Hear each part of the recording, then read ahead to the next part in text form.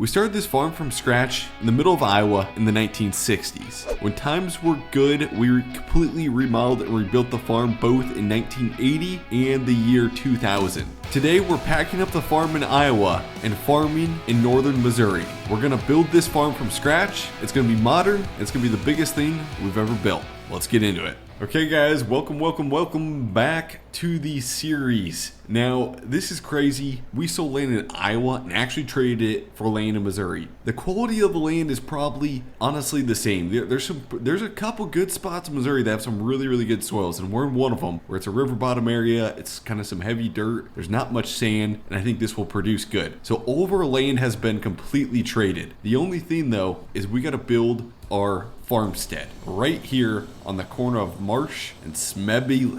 Gosh darn it, I'm mispronouncing it. Smebby Lane. There we go. So the only thing we brought for equipment is trade trucks. I bought this 2500 Cummins. Nate bought this extremely loud Cummins that's aftermarket. Yeah, he's got this thing pimped out. And I bought this 706. This isn't your grandpa's 706 though. It's completely Cummins repowered, putting out about 280 horsepower across it. And we may use it for some stuff, but it might be a pulling tractor. We'll see. But she's got some power underneath the hood. Now for land ownership, we trade our land. We own field 47, 41, 51, 50, and we could actually buy one or two more farms because we still have some land back in Iowa that we could trade for this land. So we're going to kind of see what happens this year. We might be able to buy some other farms. For money, right now we have $999 million. In reality, we have about $2.3 or $2.4 million to spend on equipment. When we build farmsteads from scratch, we always allow an unlimited budget to build. So that's why currently we have $999 million.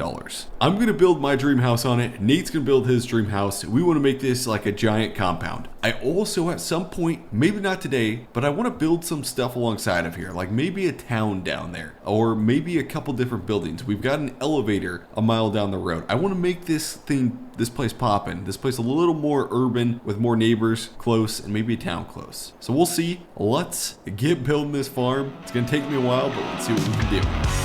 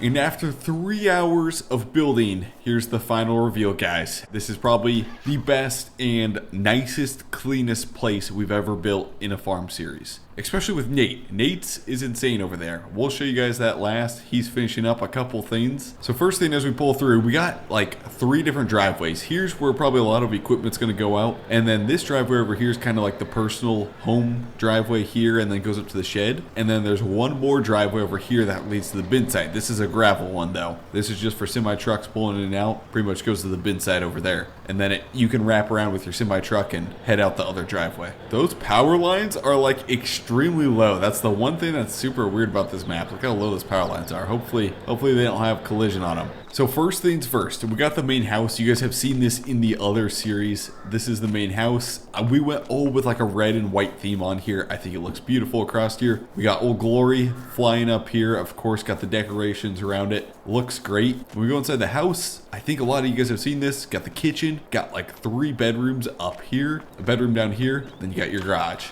Big garage with some new, well, I guess those are old now. A couple older, like 2014 8Rs. And then I wanted the house to be like close to the farm, like pretty much on the farm. Some people build their houses like on the other side of the farm. I wanted it to be like right on the farm. So we walk out your porch, you got all your machine sheds. Now this is going to be the main shop over here. So we walk in here. This is going to be kind of the main shop area. Should be able to fit most of our equipment in here to work on it. And then got an office space in here. So this is where we'll have meetings, like work meetings in here. Got your desk, Apex Game PC over here. And then up here is just more like storage. So this is where we'll store all of our globes. We got some Green Star GPS globes, our boxes, our oil filters, our PTO shafts, and our tile. So should work good. I'm hoping we built this shop big enough. We're gonna see. Should work really good. Why not open the front door anyways? There we go. It's got a hydraulic door that goes up. And then when we go over here, we have a 60 by 120 cold storage building. It's got a concrete floor in it. Kind of looks like another guy I know, like his shed.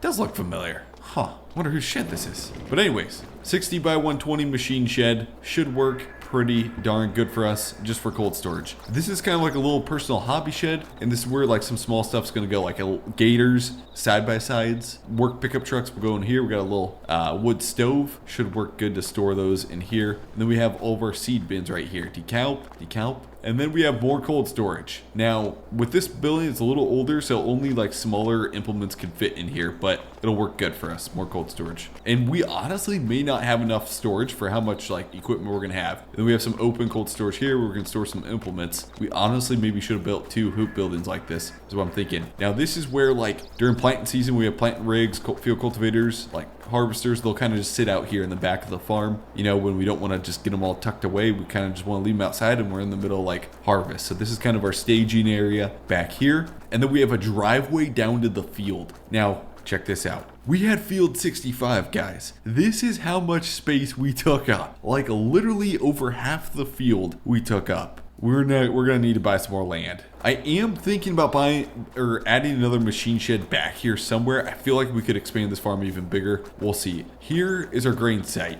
It holds about 300,000 bushels. We've got a really high capacity dryer. I don't even know what the rate is on that. We've got a leg system to unload and load. It should work like perfect for us. Then we got a propane stored over here. I mean, this is should be all we need. And then we got a scale. Scale's gonna weigh us out, weigh us in. We'll have somebody run the scale for us when we run trucks through here. It's even got a little garage door area where they can pull their personal vehicle in the wintertime when they're cold. Look at that. So that's the farmstead. It's all built on a hill. We wanted it on a giant hill. We just didn't want it flat. So it's all built on a sloping hill which sheds water, and it sheds it over to my brother's house and his giant lake he's got going over here. Check this thing out. This is I'm gonna be honest, Nate, this is your best build by far, man. Give us a tour. Okay, so you got the main house up here, which we've seen 1,000 times. You got the garage over here. I didn't want one connecting because separated from the wife. You have the area back here for the kids to play in. A nice little place for me to go fishing. And then you have the place where we're going to have all the family over here with a pizza oven and all that kind of fun stuff. Awesome, awesome. And then Nate, he's such a fisherman that he had this lake/pond stacked with bass. Like he had a DNR come in and bring a ton of bass in here. So it should be pretty easy fishing. He'll need it though. Now, as for equipment, guys, I want to go extremely large. Remember, this is today's series. So we could go today's year's series. So we could go with anything. We could go with 8RTs, 8RXs.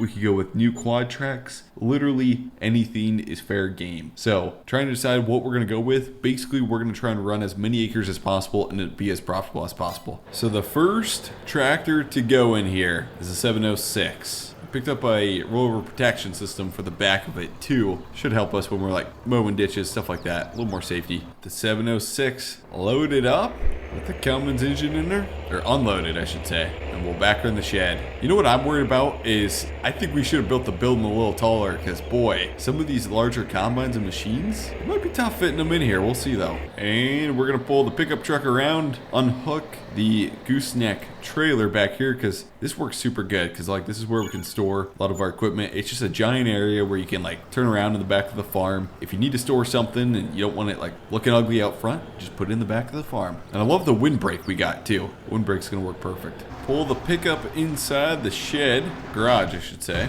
and should be good. Anyways guys, thanks for watching this episode. Hopefully you guys enjoyed it. The build took us a while. The episode's probably a little short because we just built the whole time and it was a time lapse. But anyways, next video we're gonna be buying like equipment for the farm and going big. So we'll see you guys in the next video. Thanks for watching guys, and definitely check out Nate's channel down below. He has videos of all types just like these. Thanks guys.